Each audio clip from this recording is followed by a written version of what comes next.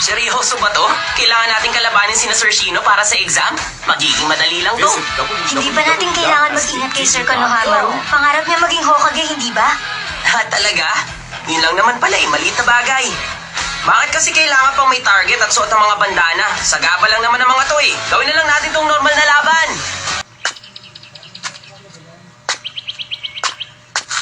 Si Master Ikanin! Tandang Kakashi? Boruto. Ano ka ba? Kapag may ibang tao, tawagin mo akong Master Ika-anim. Ayaw mo nun, pero... Okay, sige na nga. Siya nga pala, anong ginagawa niyo rito? Tandang Master Ika-anim. Anong ginagawa ko rito? Nandito ako dahil ako ang proctor nyo. Ano? Si Master Ika-anim pala ang proctor natin. Hindi ako makapaniwala. Nagpunta siya para malaman kung gaano ako kalakas, ha? Ayos to! Nandito ang sikat na batang genius ng Konoha na naging Jonin nung 12 years old lang siya. Ang ika-anim na Hokage na nagtaguhin ng kapayapaan pagkatapos ng digmaan. Kainis naman, lalo lang itong naging abala sa akin. Nakakatawa naman ang mga reaksyon nyo. Relax lang. Para sabihin ko sa inyo, retired na si Tandang Kakashi. Sinabi ng Master Ika-anim eh.